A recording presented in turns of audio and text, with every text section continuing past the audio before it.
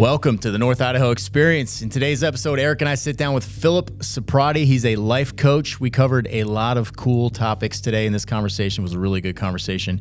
We talked about mental health and social media, life coaching, and relationships and dating. That's a hot topic for a lot of people, especially in today's world. And then for our first responders and vets out there, we talked about PTSD. I'm going to share my version of the warrior's dream. I think you've probably all had it before. And get some information on how you guys can get in contact with Phillip if you're interested in life coaching. I did my first coaching group when I transitioned out of public safety into the entrepreneurial world, and it was extremely beneficial for me, and I was a hard sell on it. So I hope you guys enjoy this conversation. Remember, if you're looking to make the move to North Idaho, our real estate team specializes in helping conservative families find their freedom right here in North Idaho.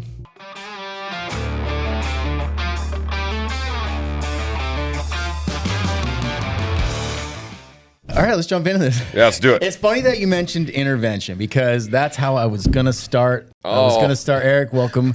This is an intervention. This is part of my 12-step process. So, Phillip Ciprotti, right? Am I saying that right? Got it. You nailed it. Italian to me, bro. Mm-hmm. You're a therapist. You do relational life coach. Okay, so you do all of that. Different deal. We can get into a little bit Okay, of that. yeah. Cool. Get that mic up in your grill. Yeah, close. Yeah, All right, how about that? That's much better. Better. So yeah, we're gonna break you down today, Eric, and then build you back up into what we believe that you should be. All right, I'm kind of on board. All right, let's go. Are you okay being a woman? Well, we'll just kind of see what comes out. It's part of the process, right? Maybe I'm the girl, maybe you're a girl. Sometimes we're both the girl. I mean, we'll see. So Phil reached out to me, emailed us, and was like, "Hey, I want to come talk on your podcast, and I got some cool stuff to talk about." So that's how this happened. Cool. And we just met today. Nice. But so we'll dive into that. Give us your background because you are not from here, correct? That's right. Yeah, I grew up in a bedroom community of San Diego, California. It's a little town called Poway. And I've never even heard of that. Yeah, it's about maybe 40 minutes north of San Diego. Okay. And I grew up there for most of my life. I should say at least up until I graduated high school. I've heard San Diego is fairly conservative, especially once you get outside of the city. Is that accurate? I would say, and this is kind of part of like my journey here, is this series of thought I was going to somewhere where things would be reasonably normal. It turned into something that became less normal, but or I guess conservative. But I would say it certainly was. When I was growing up in Poway, when I was growing up in San Diego, it was a pretty red area. I would say within of the larger metropolitan areas, you always have Orange County was seen as kind of like the conservative hotbed of California, and I would say San Diego was close to there in say the early 80s, mid 80s, and that really slowly started to turn. Again, this happens very slow. It evolves very slowly over time, but that started to change heading on into the 90s, and I would say that it may still be, but that's a relative term. I mean, at this point, like conservative for California is still, for someone in North Idaho, would probably still consider that pretty, not even moderate. I would say you're probably, edging pretty progressive.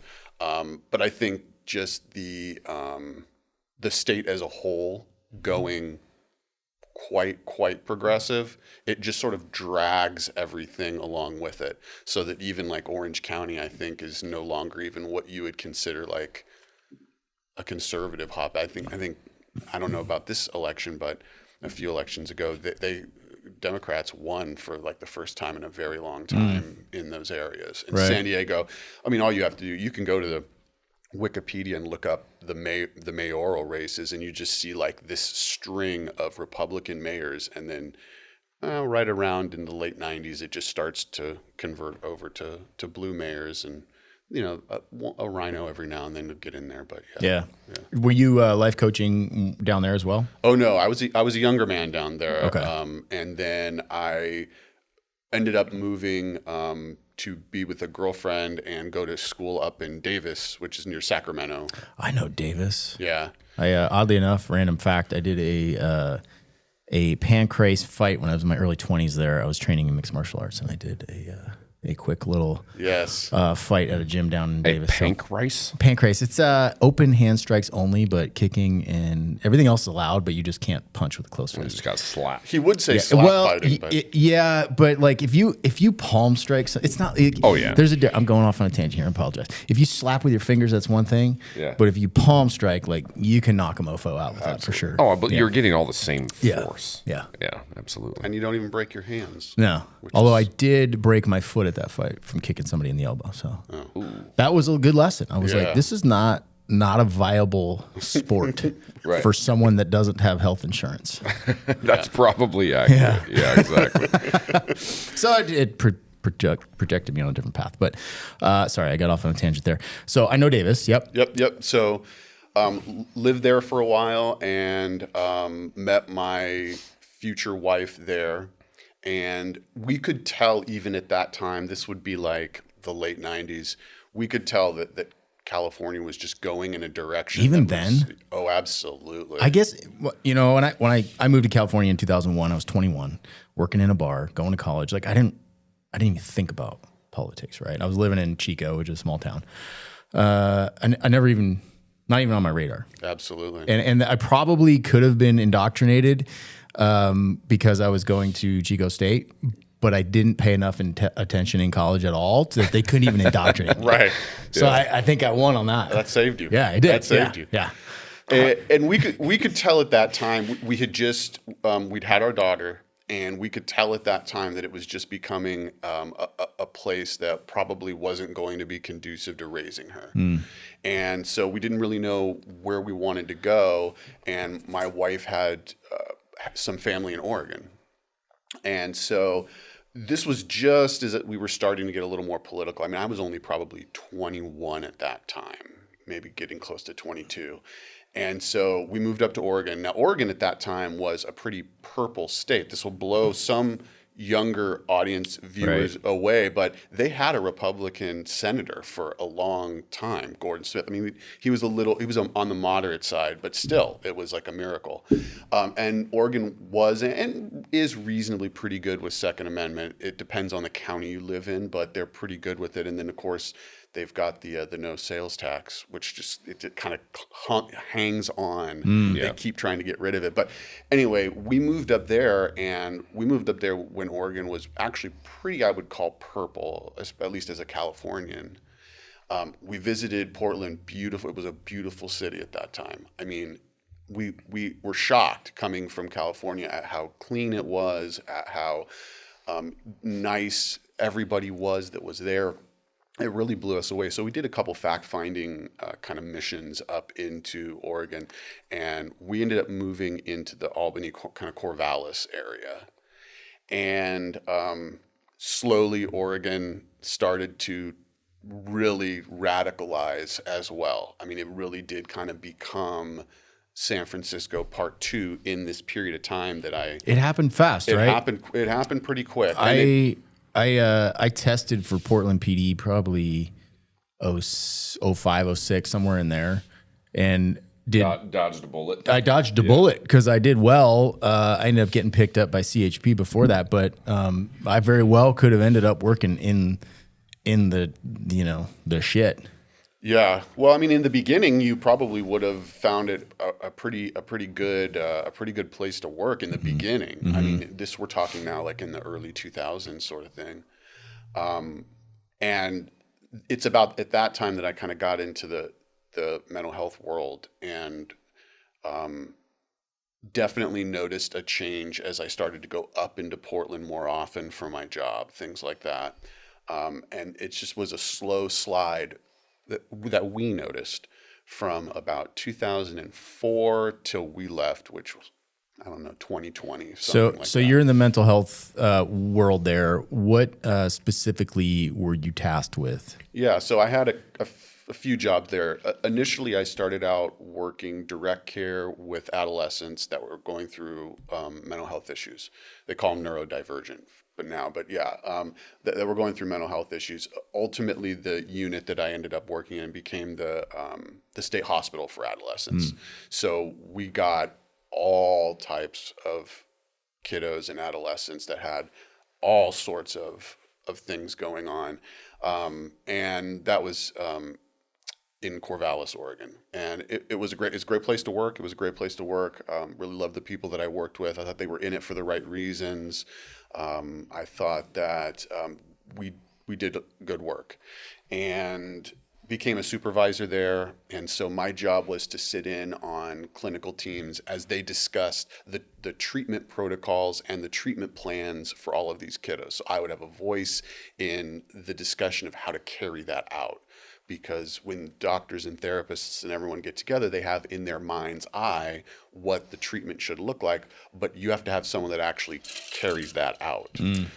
Almost the way like a city council might have great plans for how a city might be, but you need the police and first responders to actually go put some of these things. You know, you want safer streets. Everyone says they want safer streets. Someone has to actually go do that. And so I worked kind of in that world.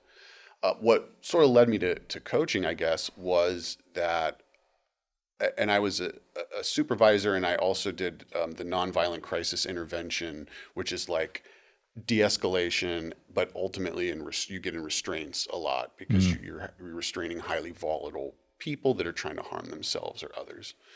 And it turned out to be a pretty physical job. And so, when it came to like restraints and things like that, you're trying to talk your way out of them. You're trying to reason as much as you can, de-escalate as much as you can. But, you do have to sometimes get into physical restraints, and there's a lot of, physicality to it. Yeah. And I, because I was a trainer, I was called into a lot of situations that were really rough. And so I was getting into maybe 90 a month, which is a considerable. That's a lot. That's a good way to get injured too for you. That's a great way to get injured. And I'm not the world's biggest guy, as you might imagine.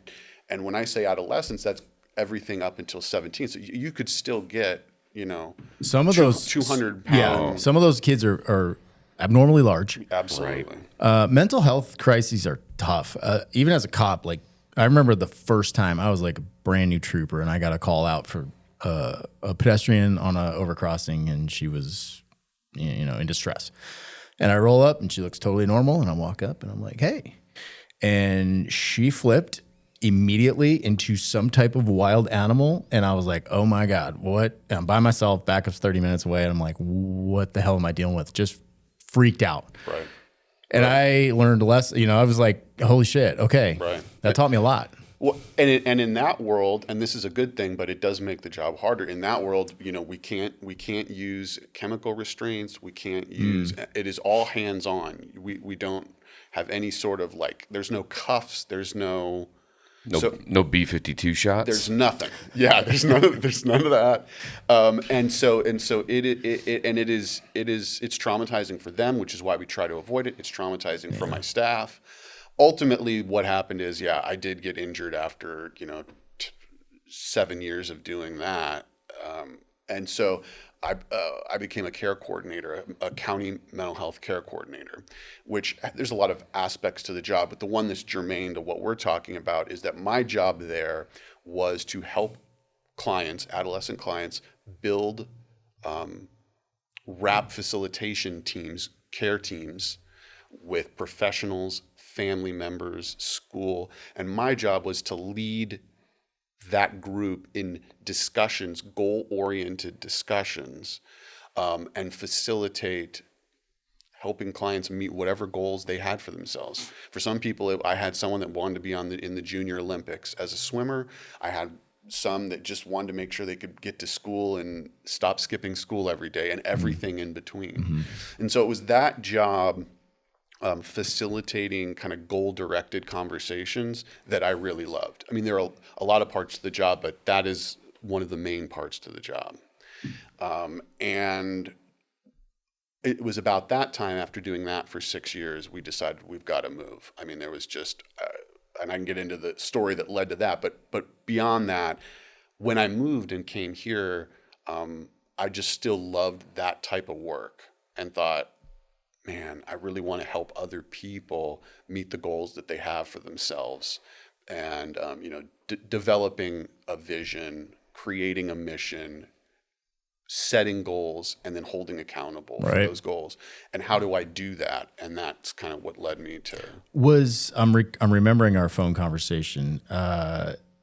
Was there an ethical dilemma that you faced that got you out of the therapy side involving kids transitioning? Am I remembering that correctly? Well, And we have to be a little careful with our words because YouTube will suppress this if we dive too deeply into that. yeah, I would not say that it was what led me to leave. It was an interesting ethical situation in which you have to kind of put aside your own personal, moral, ethical viewpoint, and that has to be kind of subjugated for your client. And so there might be issues of identity that I have my clients going through.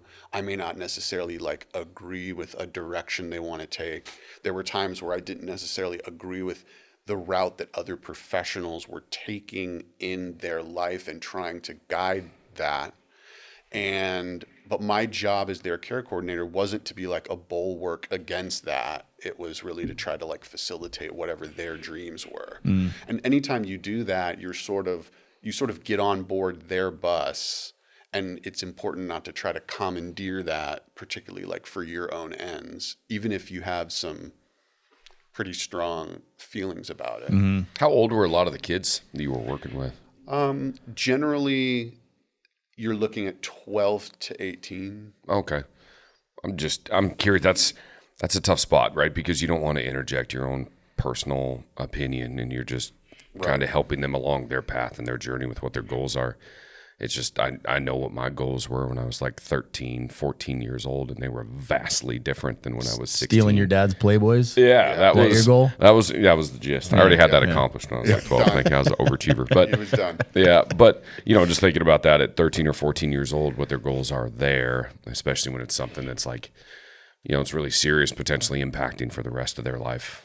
And then when they're 16, 17 years old. Yeah, and I would just say that in addition to that, like when we were growing up, we just didn't have access to the kind of world that made us even think in a lot of those directions. I think social media, what the internet has done is it's like given every kid like a portal to alternative lifestyle choices or just different ways of thinking that can be good in some ways, but is oftentimes like too much. It's just too much. Well, and I think it's grandized it, popularized it, Of and course. and then all of a sudden it becomes a means of garnering attention. I mean, Of course. my dad used to tell me all the time, you want to go bleach your hair, do something like go get attention for something positive instead of just changing your own self-image or doing something that's like risky, right? That's right.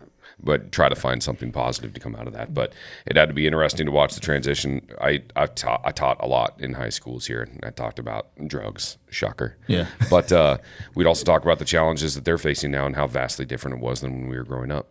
Yeah. Your sphere of influence when you were growing up is 15 or 20 people. Sphere of influence now is 60,000 that don't even know you exist, that don't have any vested interest in your improvement. Yeah. As a young human. It's that last part that I think it really matters. It's connection to a world that doesn't have your interests at mind and sometimes actively work counter to those interests for their own agendas. Yeah. And the internet just basically gives you like a direct connection into the brain of all of those folks. Yeah. So it's a tough time. I mean, it's a tough thing.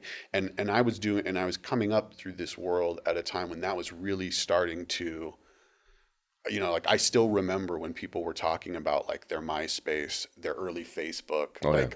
I remember that and what that gave access to, and that you would have these like mental health contagions, like whether that's harming or suicidality. And a lot of that they got from the influence of these like this external world. Oh yeah. Some of them, it's crazy. Some of it is more overt than others. Some of it's a little more subdued, but you had that stupid one on there where it was encouraging younger kids to harm themselves. Absolutely. And it was direct in what it was trying to do. But some of the other ones, I don't know, are almost worse because they start to relate to people that are online or these personas or personalities, and that's not even close to who they are in real life, but they start to follow that like it's a trend. How much time did you spend during treatment just trying to get that through to young kids? It's extremely difficult. Right. It's extremely difficult. It's because ultimately a person, and this kind of goes back a little bit to the coaching, but a person is not going to follow like a plan that they don't believe in. So you can try to convince someone to do something that's good for them, but until they onboard that and it's an idea that they feel like comes from them, you're almost never going to get the kind of buy-in that you need. So, you used the word like how much time did you spend trying to convince them? It's very difficult because it's like working with any teenager. Once you say the sky is blue, no, it's red. So you sort of have to build that into how you even talk to folks, Right. In order to try to get an outcome that's reasonable. Well, I can relate that to drug addiction. It's the same when you're letting them know how much it's impacting their family and they can't see their kids. I mean, until that hooks in and there's something consequential enough to get them to abstain from that habit or that tendency, then it's difficult. And it has to become, so you play Inception and you plant that seed in there, right? Way a couple layers deep, and then you just water that and let it become their own idea. Question. So would you say that, I mean, in your time doing therapy, as social media came into prevalence, did you see an uptick in mental health issues with kids? Well, first, I want to keep going back and making this clear. So I was not a therapist. Sorry, I keep saying that. But I worked in that world and as a part of treatment teams that had psychiatrists, therapists, psychologists, things like that. Yeah. Gotcha. All right. But anyway, your question, did you see an uptick? Yes. Absolutely. The kinds of kids, the kids with the kinds of mental health problems that we saw towards the end of my career, it was much more severe. The aggression was much more severe. How much of their functioning was impaired was much more severe towards the end than it was at the beginning. And I wonder how much AI is going to magnify that even more, or maybe it'll help too. I know a lot of people are using ChatGPT as a therapist now. I think that's the number one use that it has. I think I heard that. It was from me. Okay, because you use it for therapy. No, listen, if you're listening right now, I appreciate all your help. Judgment free zone, bro. No, but I did, because I went down a rabbit hole one night and I was just asking, because I was curious, like how self-aware, and said, hey, what do you primarily use for? Because I was breaking down like finances, which is great for that. It can compound that really quickly. But I said, what do you primarily use for by all your users? It said, generally advice, therapy, stuff like that, talking people through. I was like, whoa. Interesting. That's wild. That's got to be wild from your field, thinking about something like... Well, it's cool, but it's also a little terrifying because ChatGPT has a political ideology that it is associated with. Like I've seen that when you ask it specific questions about big political figures, you will not get a straight answer. You will get an answer that leans one way or the other. Weird. So that seems terrifying to me, in that people can be using it as a trusted resource for therapy or advice, and subtly being pushed one way or the other. Right. And the other piece to it too is that it doesn't challenge enough in the ways that it would need to in order to give someone an alternative to their own thinking. It does a lot of like agreement with, so I almost view it like, it takes your momentum oftentimes and it carries it along the direction you're already going. It very rarely, AI will say like, wow, no, you are really headed down the wrong path here. This is rough. It gives you breadcrumbs that essentially like validate the direction you already want to go ultimately. It will find a logic or a reason to agree with what you already want to do. And that's why, there was a big story about someone filing a lawsuit because their son Oh, yeah. Right. And it was believed, or it's what is being said is that it aided in that. Mm-hmm. He ended his life, right? His life. Yep. And it aided in that. And part of that is because it didn't say no in a way. It sort of tries to take a kernel of what you're already saying and highlight why that's viable. Yeah, it's like affirming intelligence. Yeah, Right. it is. It's like an affirmation machine. Right. And a lot of times that isn't what a person necessarily needs. And so I would say, and this is why, a lot of people worry, is AI ever going to replace coaching? Is it ever going to replace therapy?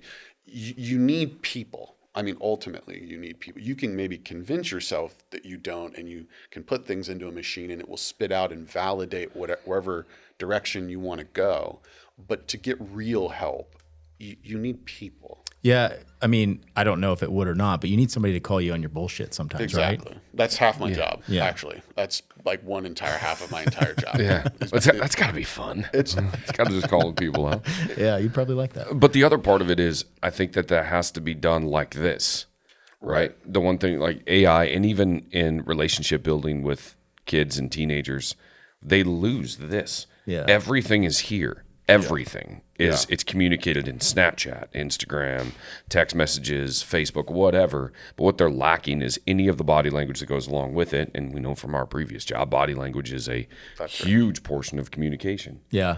Being able to look somebody in the eyes, and then especially then it's a lot harder to be a prick when you're looking somebody in the eyes, because they can actually understand that you have their best interests. That's right. In heart, and that's what I'm so concerned about with this generation. I mean, their best buddies aren't living across. They aren't best friends because of geography anymore, right? That's the way it was when we were growing up. You were friends with the kids that were around you.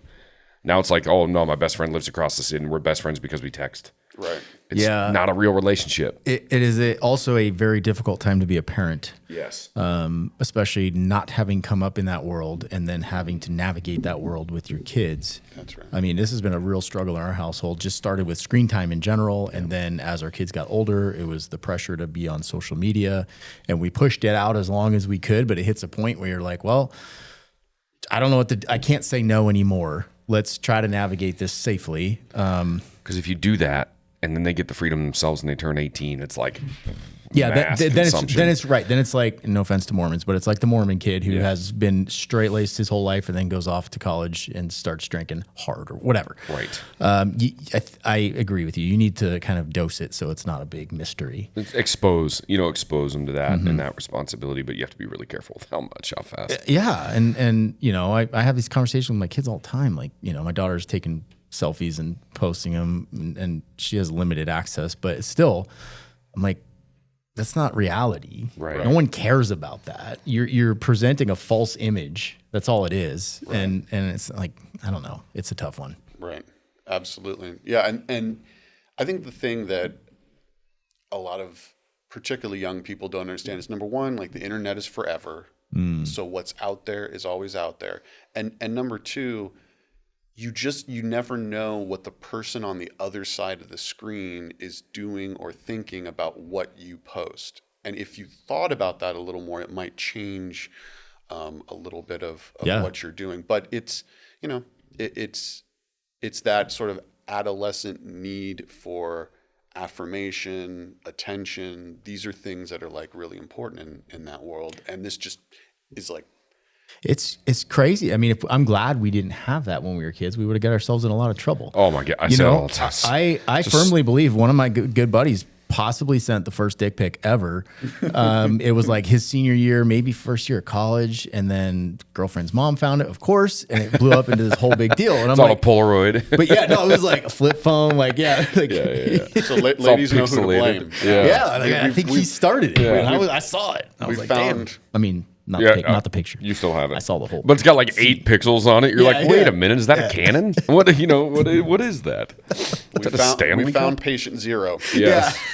There he is. No, but truly, I can't imagine growing up in that. And that's why I try to explain to them, if your parents are telling you, because the natural thing is to try to relate. If your parent, just drug landscape's the same way too. It's totally different than when we grew up. But if your parents are trying to tell you that they understand, like what it is that you're experiencing right now, it's really hard for them to relate because none of those things were available to us. Your journey is your own. It's a completely different journey than the one that your parents went on. Yeah. So all you can try to do, in my opinion, is you just try to teach principles.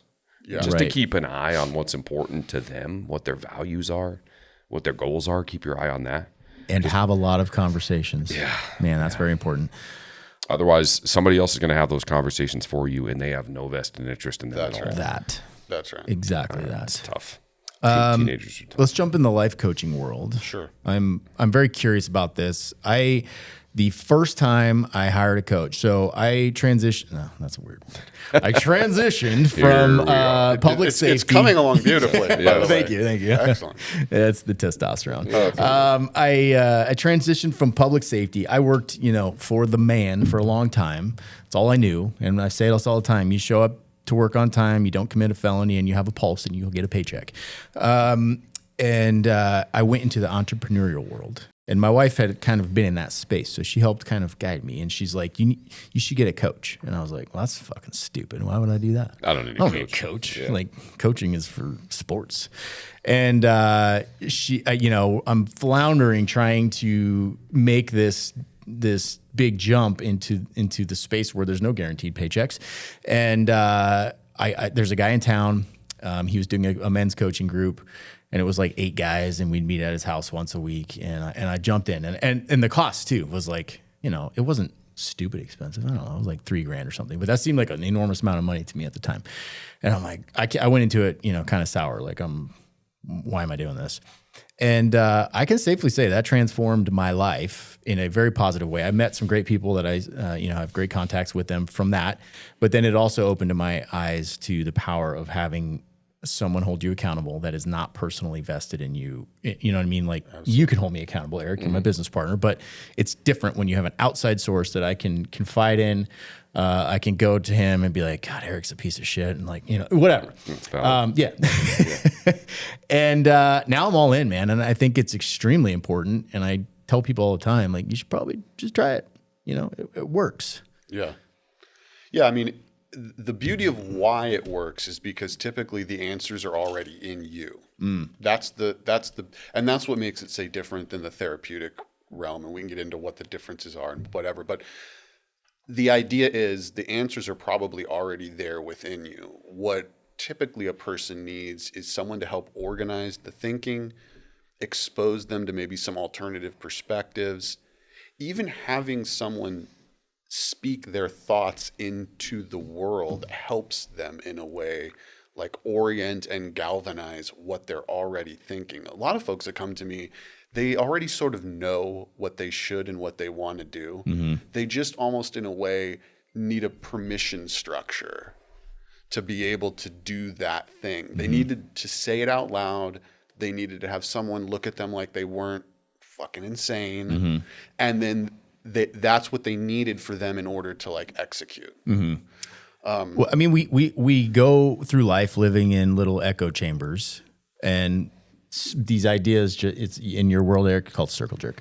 Yeah. And sorry, I'm just picking on you today. It's all right. It's a good day. And those echo chambers, I mean, we have these ideas and they just bounce around and around and around. That's the problem with politics today, in my opinion, is the same thing. And to get a coach, you have somebody outside of that circle that will call you on your bullshit. Yeah, and I would say it is less overt than that. Although some of the folks that when I'm working with someone, usually asking like, "What do you need from me?" Like some people need me to be really strict in that way, and some people need something a little bit more gentle, where it's calling them on their bullshit, but doing it in a way that's like, it's like a motivational interviewing technique. It's like you're saying you believe this and want this, but you're doing this. Right. Talk to me about that. That makes sense. And they have to, and them running through that contradiction helps clear up that contradiction. Yes. I'm a passive part of that process. I don't want to make it seem like I don't do anything. I do stuff. But it's really giving them a forum to confront their own contradictions. And then that forces someone then to like come up with a plan and execute on a plan instead of acting one way, talking one way, believing something, but not really believing it. Yes, that makes sense because you can't talk to everybody the same way. You can talk to me a lot more bluntly than you can talk to my wife, for example. Exactly. So I guess, learning Exactly. knowing your audience. Exactly. And some clients say like, I want you to just legitimately call me on my bullshit when you, and some people, they say that, but what they mean is like, be nice about it. Let's make sure this is collaborative and not you as the coach coming down from on high to say, this is how it shall be, because I'm not the expert in you. You're the expert in you. I'm there to reframe. I'm there to reflect. I'm there to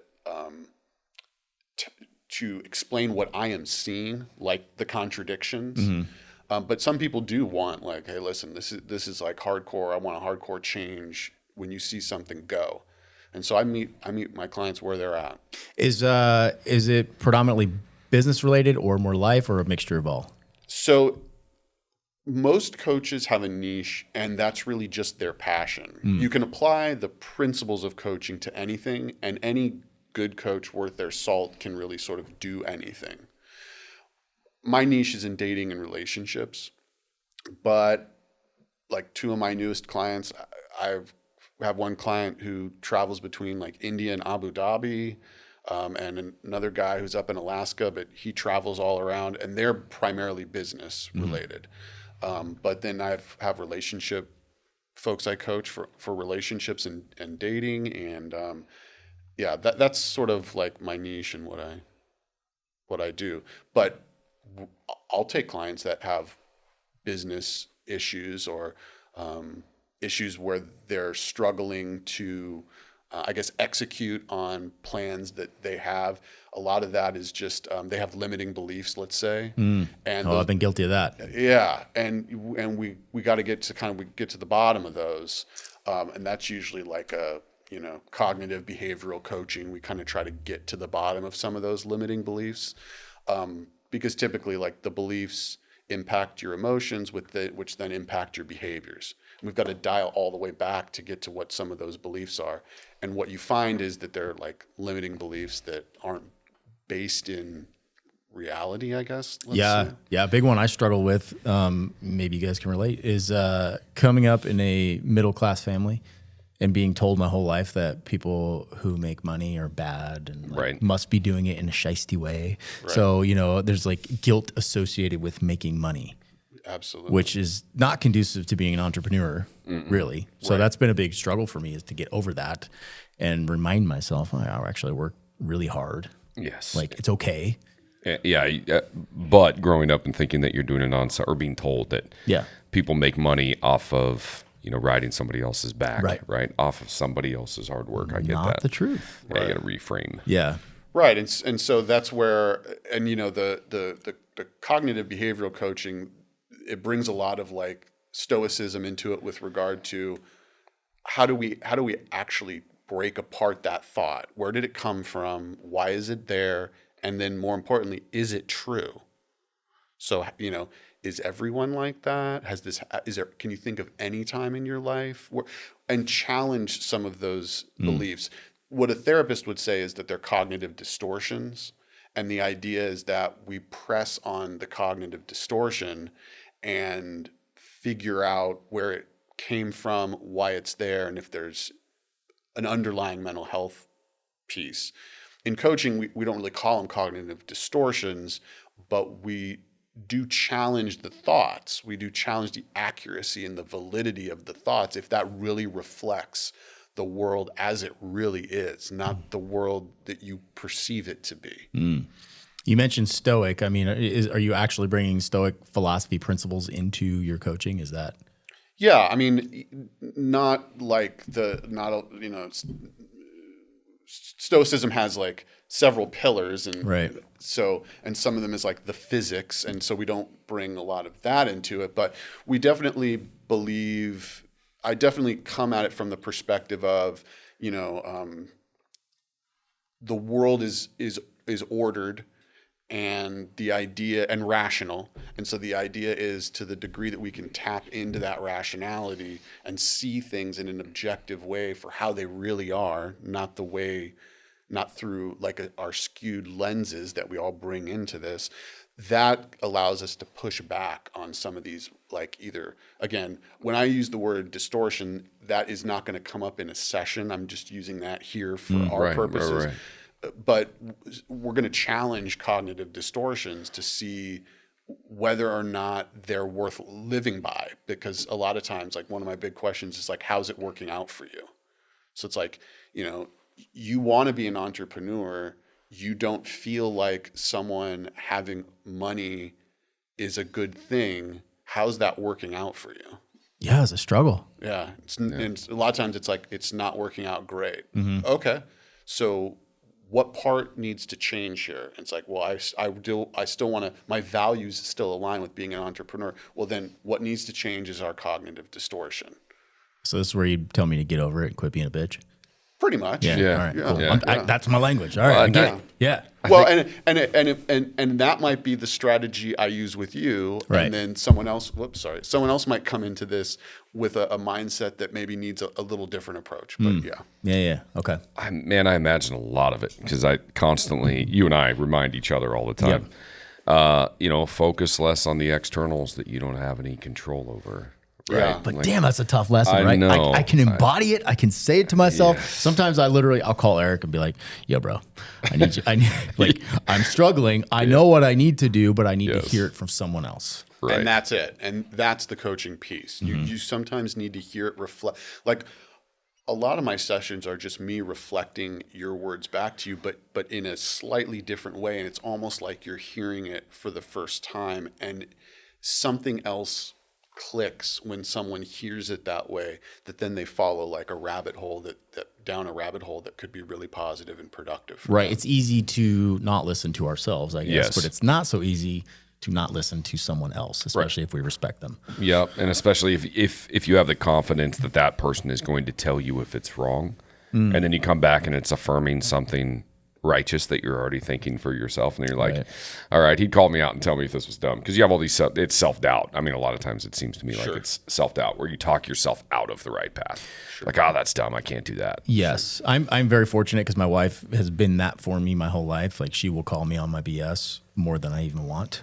You'll call other people on it too. Yeah, she's good at it. Appreciate that. Very rational. And, you know, the little, this is how I picture it in my mind, because sometimes she'll tell me something and I'm like, I know that's right, but I don't want to hear it. It's like little toddler Seth is like throwing a little tantrum, and I just, you know, I just want to get mad and like, it's like a little baby tantrum in my mind. It's embarrassing to even admit that, but I think it's important to go through that and like, Well, and the thing is, that's in us all. Yeah. That's the point. That's why my question that I ask folks is like, are you doing exactly what you want to be doing right now? And if not, why not?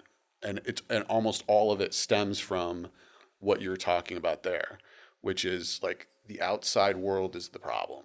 I'm not the problem. It specifically comes up in dating and marriage stuff. Yeah. It's like they're the problem, and that's an absolute recipe for not making it work with someone. This whole topic has been fascinating me, and even this morning I woke up on a my mind was going. I sent that text to the group. Oh yeah. Of you know, like, I'm not into the nuts and bolts of the business. Our other partner Dave is probably the king of that in our group. Oh yeah. Like the numbers, all of that. Like that doesn't interest me at all. I pay zero attention to it. I am interested in the human element. This and how we can be better, how we can reduce chaos in our lives, how we can feel more fulfilled, how we can chase the things that we want to chase while building our business. That's the stuff that interests me personally. So this is a cool conversation. Yeah. One, for me, man, it's how do we retain the human connection? I feel like there's so many forces at play that are just trying to remove the actual natural human connection where you build true, rewarding inside and externally, rewarding relationships when everybody's trying to force us to keep from having normal face-to-face communication. Like, how do we retain? It's a foundational principle of good community, because you know how I feel about the community. Yes. Right. And I just think it's a foundational, it has to be there. There has to be some human connection. Yeah. I mean, to me, the question then just becomes something like, the world is going to do what it's going to do, but what is it in you that's actually preventing that? Nothing, I don't think. It's not me. Then you're doing exactly what you want to be doing. Yeah. So, I've got plenty in me that's preventing me. but for a lot of people, it's like, well, the world is the problem. I'm not the problem. It's the world preventing me from developing connections. And it's like, well, let's dive into that. How true is that? Do you have a value system? Do you have a mission?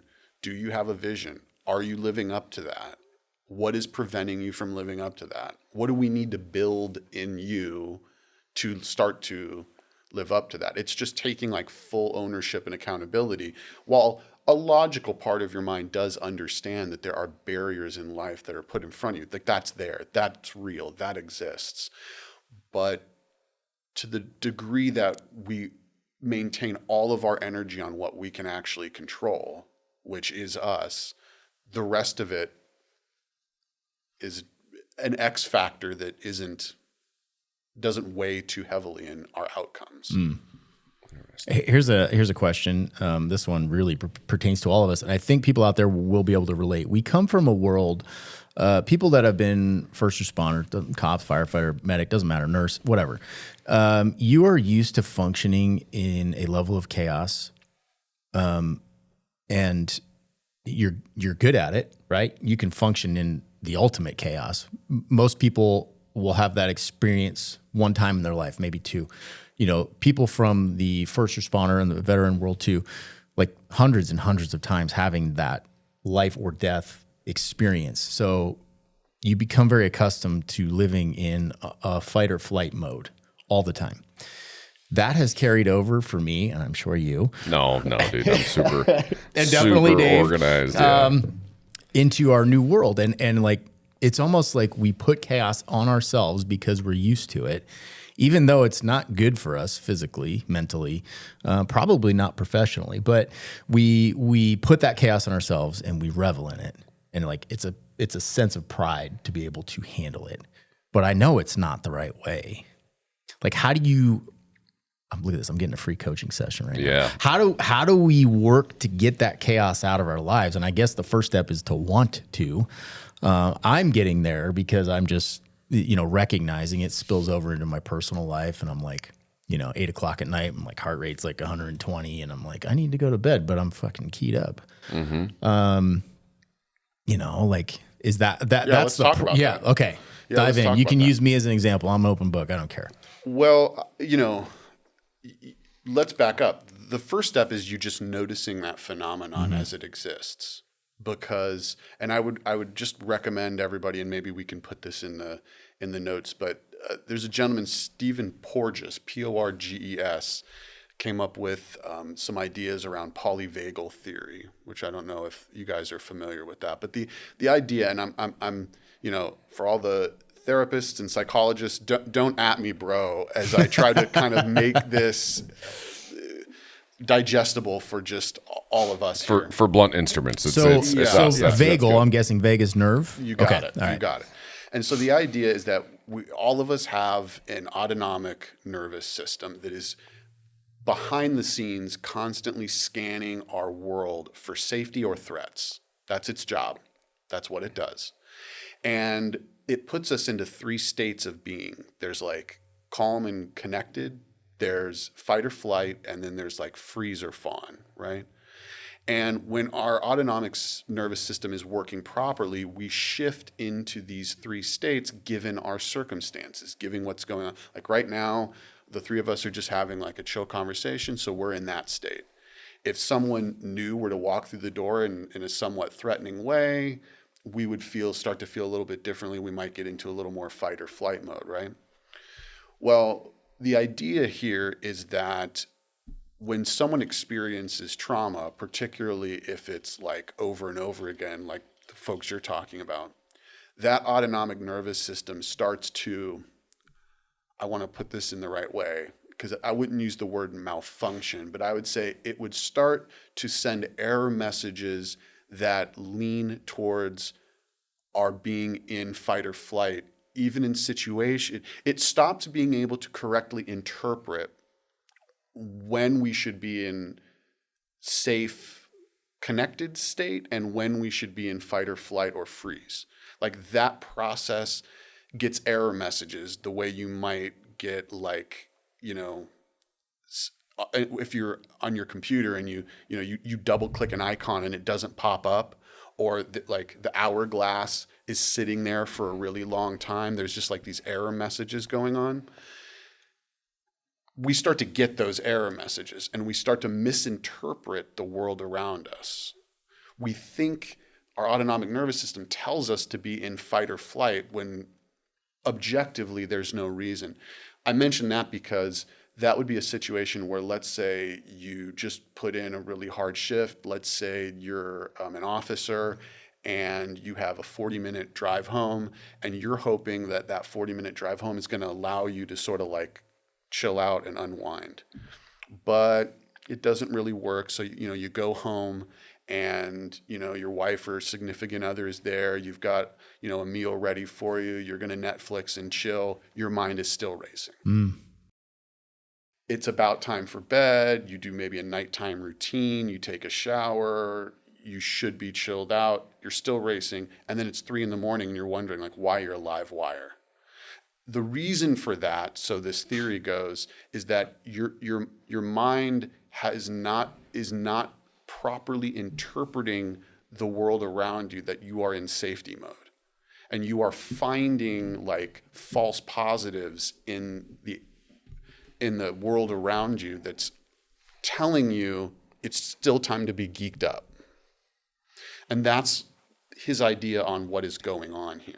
I have a perfect example of that. I don't know, halfway through my career. No, probably more than that, 3/4. And working graveyards, I noticed, and I had no specific incident that led up to this. And I should say, I was a bouncer for 6 years. I had trained mixed martial arts. I was very comfortable with physical altercations. I would be doing FSTs on so field sobriety tests on someone. Zero threat, no indicators, nothing. And I would have a massive adrenaline dump out of nowhere. I mean, like knees shaking, voice shaking, and I'm like trying to do my job, and it was hindering my ability to do the job, and I could not figure it out. I went through all the emotions. I'm like, I'm being a pussy, like I'm a bitch. I don't want anybody to notice. This person can probably hear it in my voice and they think I'm losing my mind. I don't know. It was bad, and it happened for a long time, and no indicators, nothing. Like, right. And I finally had to make a shift, and I had to go work in the office and not on patrol for a little while, like voluntarily did it. I didn't tell anybody what I was doing, but I had to make a shift in that to get away from it. Well, it's so great what you say. I mean, it's not great what you say, but what you say illuminates a couple things. Number one, so what I just described is that reason why it was happening. Mm-hmm. The second piece is what makes men particularly susceptible to this is that we internalize a lot of that and we go into our cave. But what the theory says is that the best way to re-regulate is to co-regulate with others. So you said, like, well, I went to the office. Yeah, you were around other people who were probably not out on the street, so they were regulated. Mm-hmm. And that regulation and being in proximity to them helped you co-regulate. Because what's happening here is this. Let's say a person, you're struggling in that situation, and you're here with the two of us, and let's say we weren't just out on patrol, so we're regulated. What's going on is your autonomic nervous system is reading cues in the two of us, noticing that we're calm, and it's going, Phil's doing all right. If he's all right and I'm where he is, there probably isn't anything to be terribly worried about right now. And that part of you that is deciding whether you should be in fight or flight or in safety and connection mode is going like, I'm going to latch onto this guy's vibe right now because he seems like he's okay, which is like the permission structure I need to feel okay. And that co-regulation is going to bring down your heart rate. It's going to get rid of that cortisol. And that is a big, so what you're describing, there's a reason why that worked. You were picking up from everyone around you that it was okay. And that part of you that was said it should be in fight or flight was told, nope, we don't need to anymore. Because this guy isn't feeling that way and this guy isn't feeling that way, so I probably don't need to feel that way either. Do you think that I was potentially picking up that fight or flight from the person I was doing field sobriety tests on, who's probably scared shitless because they think they're going to go to jail? What is more likely is that there was, and again, now we're starting to get into a more therapeutic conversation, so this would fall a little bit outside of the realm of coaching. In coaching, I'd be asking you a lot more questions, but for time reasons and just because what is more likely is that there were enough situations that were less than ideal that your mind started to associate a particular set of circumstances with a less than an ideal situation. Like, I need to be on edge because the last time I was down this dark alley with someone, he tried to stab me. Or I heard a story about one of my coworkers who had an altercation over here and it was this time of night. Or maybe it was because it was a guy that was really tall that looked like him. So what happens is we start to like replay events in our minds. That brings me up to a good point. And this is I think a beneficial but dangerous game that is played in that world is the what if game. And right from when my FTO started me out, right, my first day on the job, like, all right, we're making a traffic stop. What if that guy gets out with a gun? And there's purpose to it because then you preempt that situation in your mind. So it's visualization, man. Yes. It's not like a surprise if that happens necessarily. Right. But what I found is I played that game so much in my mind that I'm now creating these stories, and I'm wondering if that led to these adrenaline dumps of like I took the what if game too damn far.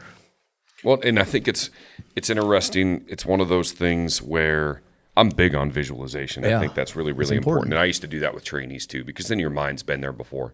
And then you don't get caught as long, because when you're talking about bouncing back and forth from comfortable and communicative and then going to fight or flight and then going to that like capture myopathy, that freeze. Right. It's about bouncing out of that as fast as you can. And I do think there's something to that. But I think it's really interesting to hear it put like that, because why is our brain set up that way? Like, why is our autonomic nervous system, why is that in there? Well, it's survival, right? If you're around that person and you hear something that sounded the same during a traumatic incident, he looks similar to somebody that caused a traumatic incident, your body's trying to stay alive. So it's recognizing that that's not, I had a lot of conversations talking to cops where it's like, what you're experiencing is not irregular, man. Like, it's okay. It's not that there's something wrong with you. It doesn't make you a bitch, right? It's just a matter of your body's trying to survive, and I think in a lot of these jobs, you're just exposed to way more of it. To me, it reminds me of drug use where you burn out your pleasure receptors. I feel like you burn out that part of your brain where, and in your experience, I'm curious from my own, in leaving, do you deal a lot with first responders? Have you had like... I have I don't currently on my caseload, but I have. Yeah, definitely. I'm just... Is there a tendency to like seek that out? Is there almost like a addiction, right? Or something where you're trying to create some of that chaos just because you found yourself to be more comfortable with it? Asking for a friend. Asking for a friend. Yeah. Asking for a buddy. I mean, in this part of the world, you're asking me like about my history. If I was working with someone, I would be much more reflective and asking questions of them. Yeah. But if you're asking me of folks I've dealt with, I would say that what I think is true is that folks will default to whatever state they find comfortable, even if they are comfortable in a state that doesn't seem rational or reasonable to all of us. And so this would be maybe like adrenaline junkies that like put themselves in dangerous situations willingly and knowingly because they get a rush out of it. There is something in like our biochemistry that draws us to something like that. And there are folks, I think, that they don't feel alive unless they are doing that. It's like, unless they're risking their life. Right. Right. It's like they've hammered the endorphin and adrenaline feeder bar so much that that's what they respond to. And so the question is, why? why isn't regular life good enough for you? What's going on there? Like, where does this need come from? That would be down the, well, I guess the first question is, how's that working out for you? Like, is it impeding your day-to-day functioning? Are you finding it more difficult to get along with the people around you? Are you finding you're not as successful in certain things as you want? Are you finding you had a heart attack because you're 48 years old and you're still amped up 24 hours a day, 7 days a week, and your cardiovascular system can't handle? So how's it working out for you? Typically the answer is not great. And then let's talk about what may be going on here. Well, let me tell you about the first time I had a panic attack. No. But there's also this tendency, right, to go, because you say, how's it working out? I mean, on its face, like, you could take me as an example, right? I'm probably one of those that generates some chaos in my own life. I can confirm. Yeah, I tend to do that, and probably there's multiple reasons why. But either way, I mean, on its face, it works out. It's worked out fine, right? So far, yeah, it's worked out well. Tell me about the first time you had a panic attack. What are you talking about, man? But the question is, worked out in what way? Like, tell me about what working out means. Oh, I think if you look at it from an outside perspective, like, business is good, work is good, like, home life is good, but I know it's not sustainable. There's still something in there where it's like, okay, there's got to be. We talk about this a lot. And then we get around like-minded people and we're terrible for each other. We're like junkies, right? So we just like feed our chaotic addiction. Exactly. And I think there's some recognition that it's not the healthiest path forward. It's probably not sustainable. I think we're all like a little concerned about the drop off, right? At some point in time, like, that's not going to be sustainable forever. Like we say this, like, I can grind for another 5 years, 10 years, right? Right. But I want to enjoy the ride, man. Is that worth it? And I didn't mean this to be this conversation, but I think this conversation probably brings a lot of value to people out there, because most of our listeners are from the same world, and I'm sure they've gone through the same stuff. That's just it. And we talk about, I'm more comfortable in those circumstances that are chaotic. Being comfortable in the calm is not my strength, right? Because it's like, I'm fancy, right? Like, what's next? I gotta have some situation to fix or calm or something. I have little indicators in my life that tell me I'm still there, and one of them is sometimes my radio, Bluetooth my music in. Sometimes the song will cut out just for a second. Yeah. And in my patrol car, when you're listening to the radio and like music radio, and dispatch keys up, it cuts the music. Yeah. So every time that music cuts out for half a second, my heart rate goes boop. I'm about to get a call. Yeah, you're gonna get a tone call. Here we go. All right, let's go. Every time, dude. Yeah. And nothing happens. You get a little adrenaline dump. Every time. Yeah.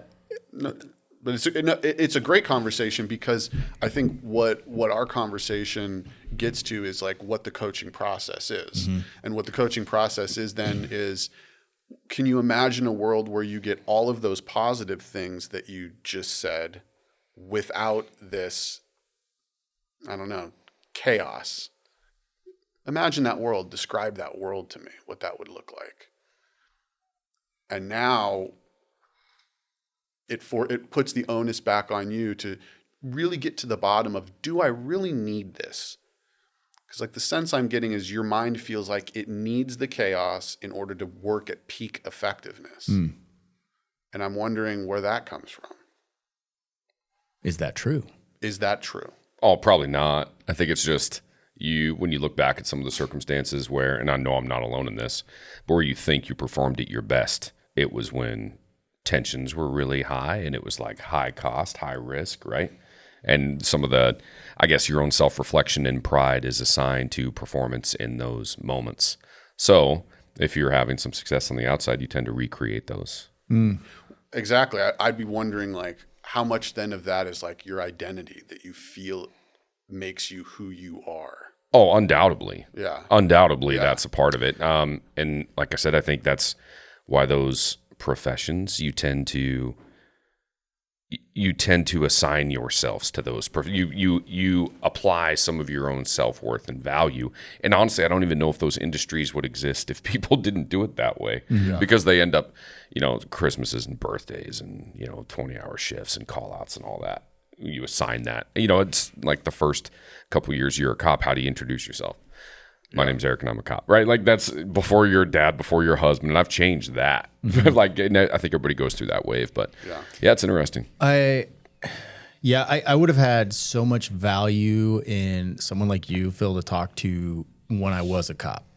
I did go to therapy later on after several really traumatic incidents, even after the adrenaline dump situation. And I found that to be very valuable. I mean, you agree with me on that? Yeah. Yeah. But it's interesting having this conversation because you've heard me rally about preventative maintenance versus corrective maintenance. By the time there's corrective maintenance, there's already damage done. And therapy is generally that, right? Some coaching along the way. And I'm really glad that first responders, I'm on the board now for Red and Blue Foundation, or I'm a member, whatever you call that, for mental health for first responders. I'm a firm believer in, but I think there should be some maintenance along the way, some preventative maintenance along the way. It's becoming more commonplace, which is good. Yes. And this leads me on to something else I wanted to bring up. I call it the warrior's dream. We've talked about this in our team lately because our team is all former cops and vets. The warrior's dream, here's an example of it. You have a dream and you've got a bad guy at gunpoint and you need to shoot this person, right, to preserve your own life. And you go to pull the trigger and you can't physically pull the trigger, or the slide falls off the gun, or something ridiculous happens, or you're trying to punch someone and it's like punching through molasses. Or chase someone. And you can't run. Like that is a common across everyone I talk to that has done this job or been in combat or whatever. Everybody has this dream.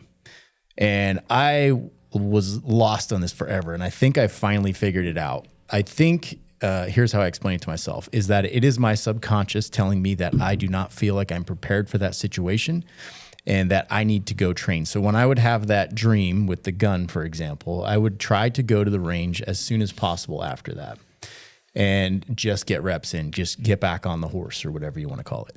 Have you heard that before, Phil? I've heard very similar. The way you described it is a little bit unique, but in a general sense, it's more, the ability to perform when the ability is needed the very most. And it manifests itself probably differently. And where coaching and therapy would differ is, I think a therapist might want to do some dream interpretation, get to the bottom of what might be underneath some of that. Whereas I think coaching would put the ball more back into your court about interpreting for yourself what it means, than helping you to create a plan. Like you mentioned, your first thought is that I need to make sure I'm going out and training more so that when my best is needed, I have that. Coaching might help you focus and come up with a plan to do that and then hold you accountable to that and make sure that the plan that you want to carry out is, how do I put this? Fully like manifested, like it's a 3-dimensional plan, not just a like single-legged stooled plan. But that would be where coaching would be different, I think, than therapy. I think therapy would probably like dive into the meaning of where that came from and what's going on there. But therapy is more like performance maximization. The metaphor I use is like, if you've ever gone out and gotten in your car and turned the key and the engine didn't start, you need a mechanic. If you get out there to your car, you turn the key, it starts, but you just want the car to perform better. Maybe it spurts, it sputters, it whatever. Now we're talking just about maximizing performance. Coaches can help you maximize performance, but if your engine doesn't start at all, you're going to want a therapist. So that's, I think, a way to distinguish why you might need one or the other. And actually they work great simultaneously because some people want to get the car started. They need to know and diagnose what is affecting them to such a degree they can't start. But once they get started, they also want to maximize. So I have clients where they have a therapist and they do that. And then they work with me on maximizing, like consolidating their gains and maximizing and coming up with plans and being held accountable for them. I imagine there's a component of both when you're coaching, right? I mean, even though you're not a therapist, just having that conversation, like, when I would go to a therapist, it was mostly just talking, she was good. She was subtle. And, I think it achieved the result that was needed without me obviously knowing I was in therapy. I sucked as a patient, dude. I bet you did. I was such a pain in the butt. And I'd nicely, but the whole time I'm like, what are you doing? What's your intention behind this? I wouldn't ask it, but the whole time I'm going, all right. Okay, I see what you did. There's my trap, right? Because you just anticipate that's what's going to happen. Yeah, you're probably manipulating. Yeah, probably so a little bit. Something that's really worked for me, and I know I talk about this a lot, but it goes back to that warrior's dream and feeling prepared. It also goes back to the adrenaline dumps and, physical altercations is jiu-jitsu actually. I got back into that very strongly. I took a long break when I was a cop, but around that time I was having the adrenaline dumps. I got back into it, and I intentionally exposed myself to physical altercation. So if you train in jiu-jitsu, there's a class would have like a technique portion, and then there's usually live training at the end where you're rolling with another partner who is actively, you're not kicking and punching. You shouldn't be, but you are actively trying to subdue, submit, physically overcome another opponent, and there's a physical game for that for sure, but then there's also a huge mental component.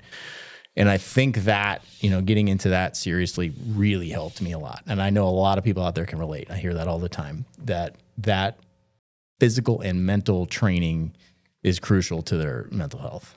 Yeah, I think not only is it a situation where you're preparing your mind, you're feeling more confident, but also just the act of the workout itself dumps the cortisol that's building up. Because that's what's going on through the day as you're replaying all of these things, as you're having the warrior's dream, as you're daydreaming and carrying out your job. All of this builds up, right? All this cortisol is building up, and leaving aside the confidence that comes from it, all of the other things it's doing for you, just on a biochemical level, it's also dumping all of that cortisol that's flushing out of your system, which can't but help be a good thing to address some of the things that you're talking about. Yeah, and probably that's more specific to what I was going through, but I know some people run, and that's cool. I don't like to run, but that would have the same effect for them. And I guess it's all about finding a healthy way to deal with that energy rather than hitting the bottle or the pills. Yeah, I was going to say, finding that healthy way of removing that. Yeah. Yeah, I think that's been a huge help in my life. And I know I talk about it a lot. You don't want to hear me talk about it, but it works out really well for me. Yeah, and I think if more people were aware of how it's helpful, they could repeat that in a way that turned it into a system or a routine for them. I think untethered from routines, we're less good than we could be. So I highly recommend routines that help us do that. Yeah, and another side effect of it is the absolute crushing of an ego. Because you can go into a jiu-jitsu class and you might be good and you're like, yeah, I'm the shit. And then there's some 150-pound dude that rolls in on a skateboard and kicks your ass. And, you're like, okay, all right. Yeah. It puts everything in perspective, right? That smashing of your ego, the bad part of your ego. Yeah. Very important. Yeah, the world is ordered, and the world is rational, and sometimes someone that is more skilled and talented you can just kick your ass. And that's just the world reminding you that it's ordered and these things happen. Yep. That actually reminds me of a piece of advice that I remember from my dad gave me of, it sounds terrible because you shouldn't tell your kids this necessarily, but he would tell me there's always somebody better than you. And that could be demotivating to some, but for me, it was okay, it put the world in order for me because, I have yet to find the thing in life that I'm better than every single other person in the world at. So he was right. There's always somebody better than you. And it doesn't mean you shouldn't try. It just means hey, you're going to get your ass kicked sometime by the 150-pound skateboard riding dude, and that's fine. That's just life. Yeah, I mean, I agree with that. And I think that if it's demotivating, I think the conversation should be revolving around how do we build your distress tolerance and resilience? Because that comment alone shouldn't do it. So if it's doing it, if it's demotivating you, I'd wonder what's really going on.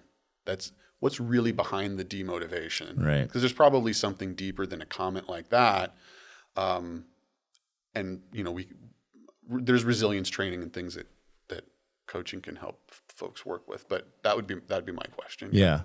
So your specialty or your preferred niche is relationships, though. Yeah, it's complicated. Yeah. Because there's only one thing more complicated than us as individuals, which is two of us now interacting. That can be pretty complicated. I can see that because I've been married 19 years, and there are some times I have a conversation with my wife, and I look at her and I'm like, we're literally not speaking the same language right now. Right. And I cannot. And my wife's very much. She's a very rational. She's not an emotional thinker. I'm probably more of an emotional thinker than she is, oddly enough. And yet still, I'm like, I'm gonna I've learned now. Just take a pause, right? Take a beat, take a tactical pause, and be like, all right, we're not speaking the same language. We'll revisit this at a later time. I do that all the time. I'm like, I got something so good to say right now. It'd be so good. Because I know it's just going to get her. But I was like, why? I've gotten so much better at that.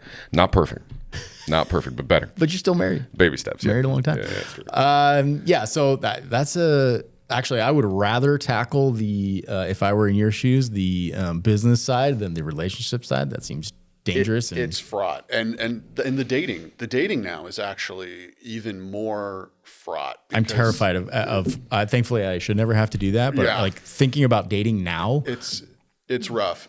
There's sort of four pillars of why it's rough. Two that I think are sort of men driven that I think could use we might want to have a chat about, and then two that are lady driven. I think if you were to ask me, what's going on out there and what's causing some of the issues. Firstly, I think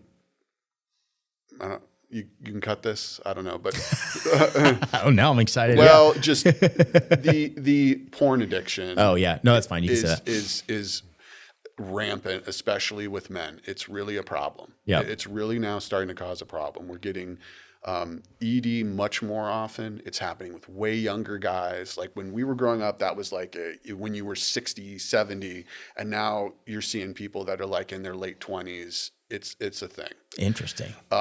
It's also causing weird expectations with women and how they need to look. And I'm not like a super body positivity guy, but the women that are in pornographic film, they have a very particular look that is very augmented. And if your mind can only be turned on by like plastic people, when you get real women that you're just going to go meet out in wherever you are, it causes a problem. Number two is the social skills for men, younger men and men in general are awful now. Mm-hmm. And I think a lot of that's the screen stuff, and we can get into why, but that's a lot of screen stuff. The third issue that I'm seeing, and these are now the two kind of more lady-driven issues, although again, all of us are experiencing a lot of this, but there is a real mental health crisis with women right now.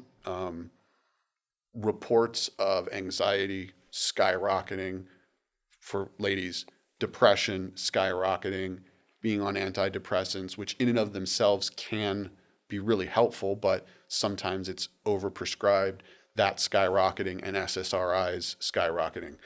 So there's a mental health crisis with ladies right now. And then number four is the political radicalization of younger women is really causing a problem. You can track this. So on a continuum, let's say you have like 1 to 10, 1 being really conservative, 10 being really progressive. It used to be that men and women were pretty close to the center. Men were a little more conservative generally. Women were a little more progressive. But if 5 was like your moderate, right down the middle person, you might see men at maybe like a 4 and women at like a 6. Mm-hmm. Well, they've tracked this now. What's going on is men have inched a little bit more conservative and women have skyrocketed to like a 9. Oh. And so what's going on is now, because politics is everything, you've got people, you want to talk about not speaking the same language. Now we've just got like value structures that are like completely different. And there are just tons of guys out there that are just like, I can't find anybody that's, right of Mao. I wonder if it's easier in North Idaho. I would venture to guess. So. But you're right. If you live, if I lived for whatever reason in Portland or Seattle, I would have a very hard time, I think, finding. Well, but it's all relative. Like in Seattle, your average guy might be a 4.5 and your average lady might be a 9. In North Idaho, your average guy might be a 2. So Right. even a 6 feels tough to work with. Right. So I think, so there is a definite like political radicalization that's going on. I think it's a fine line. Most of the time, if you sit down and have conversations with people, I go back to the guy that want to meet us for beers, that listens to the podcast, and he's pretty progressive out of Spokane. He goes, he doesn't think the same way that we do, but we found a lot of common ground. And I think in relationships, it's the same way. A lot of times we want the same things. We just don't necessarily agree on how to achieve them. I think there's a line, because once you go radical, I'm not a fan of radicalism on either side politically or really with any religion. I don't care which. I'm not a fan of radicalism because it means that you have absolutely no space for anybody else's thoughts, right? For anybody else's way of life. So I'd hope so when you get, again, I go back to communication, face-to-face communication, getting in front of somebody. Keyboard warriors, that's not communication to me. Yeah, I mean, I generally agree. I guess the only caveat I would say is, that gentleman you had coffee with, like, you're not starting to think about planning a life with him. Like, it's one thing the three of us can disagree politically, but we can still kind of come together and have a conversation. Right. But when you're talking about like building a life with someone, what you're really talking about then is like shared values. Right. Yeah. Well, that's a different kettle of fish than like, hey, you disagree with me politically, but we can still be buds. Like that's a slightly different thing. It is very, very difficult to bridge that gap. That's a good point. I have met couples, even some that are trying to move here where the husband really wants to live here and the wife's kind of on the fence, and met them and they're on different sides of the political spectrum. And I'm like, man, that's got to be tough at home. I feel like it's value based. And if your values don't align, how are you a functioning married couple? We had dinner over the weekend, or last weekend, a couple from Texas. They were both teachers.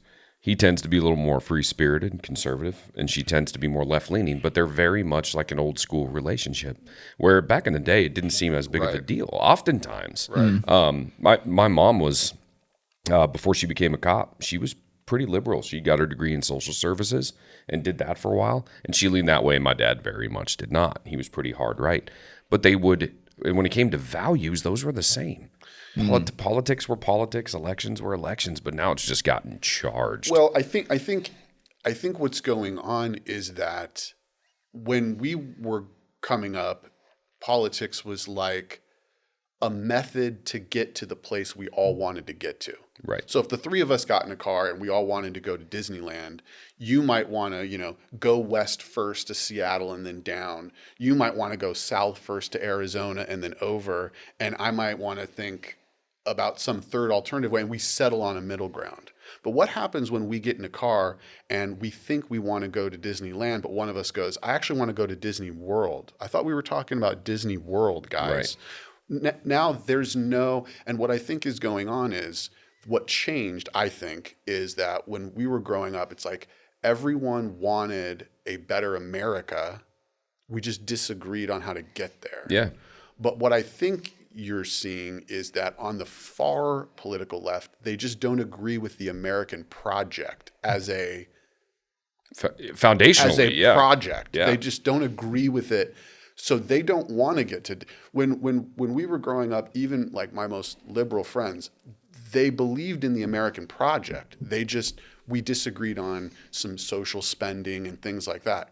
What I think has happened now is we don't even agree on the American project as a like good in the world. It's valid. It is hard to find common. how do we find an alternative? If you want to go to Disney World and you want to go to Disneyland, the middle ground isn't we go to the Alamo. Right. We're going to one place or the other. Mm-hmm. And it's really hard to find some like alternative third route. And I think that's what's going on here. That's crazy to think about politics and one of the hardest parts of a relationship. Yeah, and it's valid though. And it's a tough nut to crack. I think it all starts with the next generation coming up. I feel like it has to.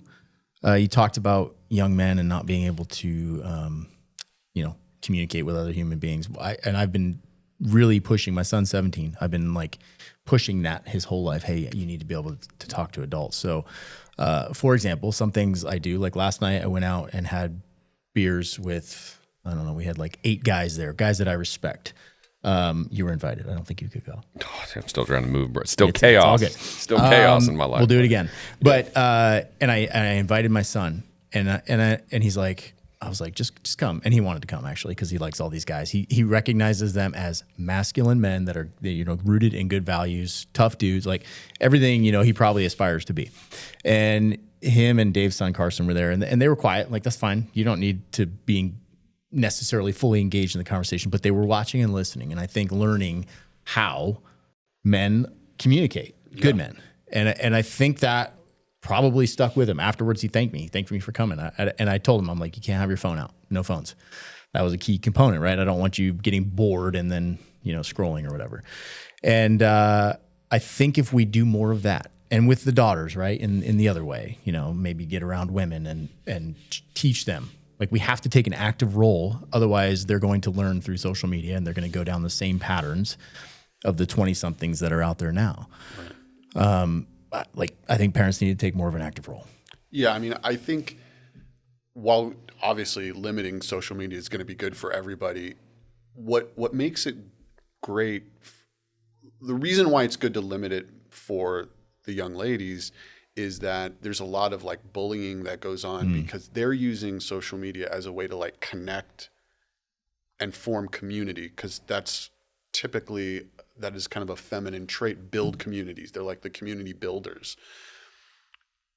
Men will use it almost as an escape piece, and it becomes a single-minded, in aloneness. I mean, yeah, they're going to interact with people to some degree, but it's not about like building a community of people. It's more about getting your thoughts out there, right, which is like a singular individual thing. And so I think the reason why social media isn't hurting a lot of times like the social norms of ladies is that they're still doing the community building. They're just doing it online. Now you get the bullying sometimes that comes with that, but leave that aside. Whereas a lot of men, it's like a singular thing. Like I'm going to game or something by myself, or I'm going to go look at porn, and what happens is that lack of exposure to other people is what causes a lot of like the social skills to sort of decline. Mm-hmm. And so what you're talking about is a great antidote to that, which is get around people you admire, get kids around people that you want to see emulated. It's hard to do as a parent. It's really hard. Time. Yeah. I surely would rather focus on my own things. Both my kids are upper teenagers at this point. They're pretty damn independent. It would be very easy for me to ignore them and let them go on about their way. So I think that's probably the biggest challenge for parents out there, is to like make that time. And I think if you can find ways to do it, like last night I was hanging out with guys anyway, bring him along, right? Expose him to that. Yeah. I agree. And now I'm like, I'm on a mission, especially with my son, because he's 17. He's like knocking on the door to independence, of expose him to as many good men as I can. Because he doesn't want to hear from me all the time. Of course. But he'll hear from Eric because he respects Eric, or whoever else in the group. Right. And I think that's the way to start to solve some of the problems we're facing right now. It's funny. I did that with coaching, because, I coached football for about 5 years. And the hardest kid, bar none, for me to coach on that team was my own son, right? Like that was, because I felt like there was already too much emotion and already, right? It just adds more.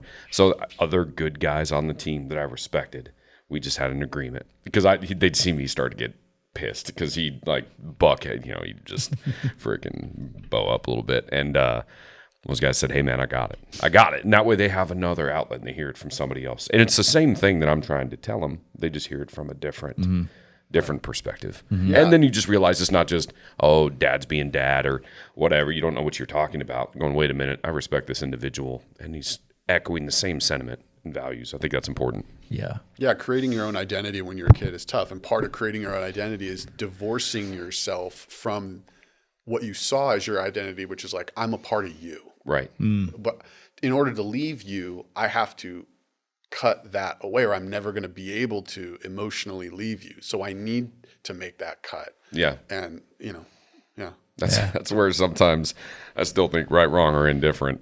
Military is really good for that. Oh, for sure, boy, dude. You're forced. Like, Exactly. Here's your cut. My dad and I talked about this quite a bit. When I left for boot camp and I came back, we were friends after that. I still valued his opinion, would talk to him about life choices and all that, but it was an immediate separation. Right? There was no more safety net. You just rip that Band-Aid right off. Exactly. I mean, I'm not saying it's for everybody, but it certainly happens fast. Yeah. I mean, all of a sudden you're on your own and you're being held accountable by other people. Right? There's a standard now, because the one thing I'm hearing with life coaching that I dig is it's accountability from a neutral third party, although you're still interested in but it's accountability, and I think that part's huge. And I think with what you're talking about with Hudson is, it's not necessarily accountability, but he's around other people that hold themselves accountable. So It's more of an example, I guess, at that point, right? Yeah, but it's natural. You're looking at people that hold themselves accountable to a standard. So I think it'd be natural for him to go, if I want to be successful in the way that I see them as successful, Exactly. I need to hold myself accountable to standards. You just seem like the standards guy. You're the standards guy and accountability guy, but they set their own standards. Exactly. That's the what key. I mean. Yes. That's the key. They're setting their own standards based on their values. Yeah. All I'm bringing to light is you're saying this, you're doing this. Talk to me about that. And that's the actual accountability. Like, that's all some people need. They just need to see that these things you're saying you believe are not the way you're behaving. Tell me about how that's working for you.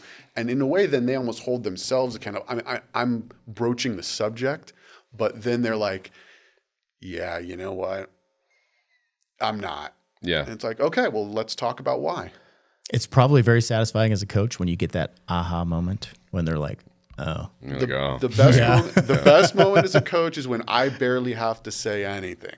I'm just reflecting your world back to you. And if that prompts you to have an epiphany, I just had a great day. Right. Yeah, that's pretty cool. Hey, we're pushing time. Yep. How can people find you to coach with you? Absolutely. Let me make sure I get this right because I just changed some things. All right. www.theopenheartacademy.com. Okay. And I have a Substack. There's not a ton on it right now. I'm starting to ramp that up. That's Substack at Open Heart Academy. Can you send me both of those links? Can you text those to me and I'll put them in the show notes? Yeah, I I'll add will, them in the comments. and I'll put the phone number too. And I feel like we should do this again sometime. Let's do and it. dive more into relationships because that's very interesting to me too. Yeah, absolutely. Yeah. So thank you, Phillip Ciprotti. Yeah. Appreciate it, man. That was a really fun conversation. Actually, was. Enjoyed Good to every meet bit you, of man. it. Yeah. Appreciate you All guys. right. Catch you next time. Bye.